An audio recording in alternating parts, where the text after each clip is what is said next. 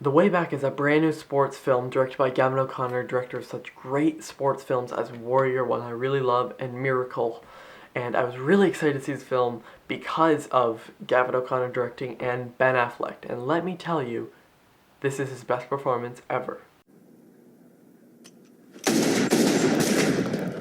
Also, quickly, happy 15th anniversary to The Office, like one of my favorite shows, one of the funny shows to ever exist. But anyway, The Way Back tells the story of Jack Cunningham. He was basically the best high school basketball player ever, or at least for his team. He was a star player, and then he kind of just walked away from the life of basketball, all that. But years later, he comes back to coach that same team, except they're a pile of dog shit now.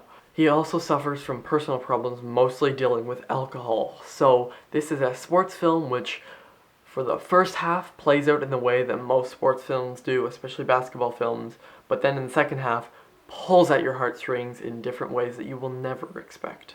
First, let's start this off by saying Ben Affleck is perfect here. He is so good. Just amazing. This is the best performance I've seen from him. I need to watch more of his work, but I have seen a bunch of films. I was about to start naming them, but who cares? No, I have not seen their last partnership of Gavin O'Connor and Ben Affleck, which is The Accountant. I haven't seen that. I haven't seen The Town or Gone Girl, but I have seen his earlier work, and I love him as an actor. He seems like a great person too, but he drew from real life experience here with alcoholism. That's the word, right? And I think that's what makes his performance so good, is that you don't feel like you're watching Ben Affleck act and read lines of dialogue that were written out on a script. He feels like a real person who suffers from real problems, because these are obviously real problems that happen in the world. He just plays his character the best he can, and it is really something. This came out kind of out of nowhere. I didn't really know it was being released, and really he should get an Oscar nomination for this. This film is not as good as Warrior. Warrior is a film I absolutely love. I'm going to put out my list of my top 10 or something favorite sports films of all time very soon, probably tomorrow. I just got Adobe Premiere Pro, so I kind of have to fool around with that. So if this video is edited different, looks different, sounds different, something like that, that's why. Gavin O'Connor's film Warrior is one of my absolute favorite sports films. I watched it maybe a month or two ago. And then Miracle is a film I haven't seen in years, but I have seen it a few times, and I know it's really good. And I might like this one a bit more than Miracle. I'm not sure. I need to rewatch it. But honestly, this film is amazing. The script is so good. Again, as I said, it does not feel like characters on a screen. It feels like real people, especially Ben Affleck. This film is centered around Ben Affleck, and the film is not about this team, well, it's not really about this team getting gold and winning everything, even though that's what Ben Affleck wants. It's a story about him and his struggles. You see real life situations. I won't spoil anything, but shit starts to go down, especially in the third act of the film, and it's just like, it kind of goes along the way that most sports films, especially basketball films, do, and then it gets to the point where something happens, and then you're just like, I don't know, what's gonna happen? What does Gavin O'Connor have in store for this? And that's why this film is great. It's my second favorite of the year. I've only seen 3 films, The Gentleman, now this, and The Invisible Man, and they've all been amazing. Now, I did have to watch this film at home, but I really highly recommend it. It is a great film. The basketball scenes, when they happen, because there isn't as many as a film like Coach Carter, which is another really good basketball film.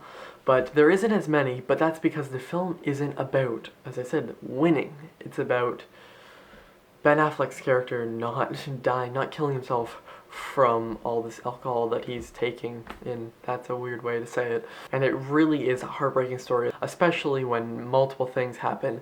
But the thing with the film is that, as I praise Ben Affleck, I said his character's great, but the whole film is focused so much on his character that we don't learn a lot about the other characters. There's one player on the team which we sort of learn more about, and that, well, actually there's one, and then there's like another one that you kind of learn about, and then there's this one guy who flirts with girls, and that's really it. Oh yeah, and there's this guy they called Chubbs, and he dances, which is pretty funny. But there's just, you don't really feel an emotional connection to really any of the characters, which is something I wish I got more of. I wish maybe the film maybe make it another 15 minutes and just add in a scene where we get to know them more. Like, there's a scene very early on when Ben Affleck is first introducing himself to the players, and he gets this one player, what do you see over there? And you kind of learn about, that's how they think, and then they're all going against each other, like saying stuff to each other. You're like, okay, there's team banter, but it only really happens there, and you don't really feel like they're I don't really know how to word this, like they're a really completed team, It's more about Ben Affleck's journey, and I get that. It's just I wish we got more of even these characters. Now, saying that, the people in the film are great. Like that one basketball player I talked about. If you've seen the film, you know who I'm talking about. He has a problem at home. Kind of, his dad doesn't really like his choices of how basketball could take over his life, and he has younger brothers who his dad mostly focuses on, so you kind of feel bad for him, but not as much as you should. Now, all that said, the way back, I may have just kind of trashed on that one aspect. That's really one of the only aspects of the film that I didn't like.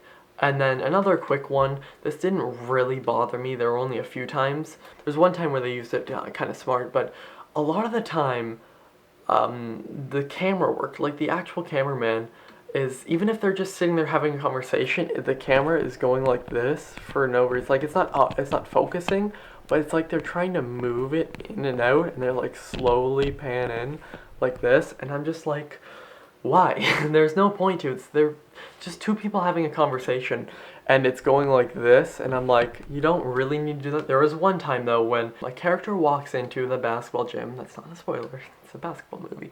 And he tells a lie to another character, and as he's walking across, the camera only focuses on this one person, and as, thoughts are going through their head, the camera does slowly go into this one person. That's not a good example. Say this is the person. Camera zooms are fun, okay? I'm sorry. But yeah, besides those, really two only problems, The Way Back is a great sports film, and one of my favorites, and I know, even though we won't get a ton of releases this year, because they just delayed, In the Heights, too, which I'm actually kind of upset about, because I was really excited for that film. This one will remain probably in my top 20, along with the other three that I've seen. I'm going to give The Way Back an A-. Please, check this film out when you can. Even if you're going to wait to rent it, that's okay. Or you could check Soap Today for free, a website, You didn't hear me say that.